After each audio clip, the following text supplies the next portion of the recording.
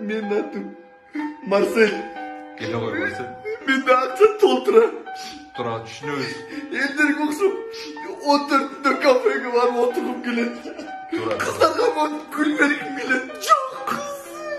Түшүнөбүз. Менин атым Козуэль. Менде да акча көп. Мен дагы 14-үнө карата девушкаларымды киного алып барып, жана жаңы чыккан супер кудалар деген кино тасмасына кирип чыгып күлгүм келет. Колуңан жетелеп баскым келет. Бирок девушкам жок. Менин атым Абай. Менде да акча толтура. 2 девушкам бар. Ай, сен 2 девушкаң бар екен, не ойлоп атасың анан? 2 девушкамды аялым билип калды.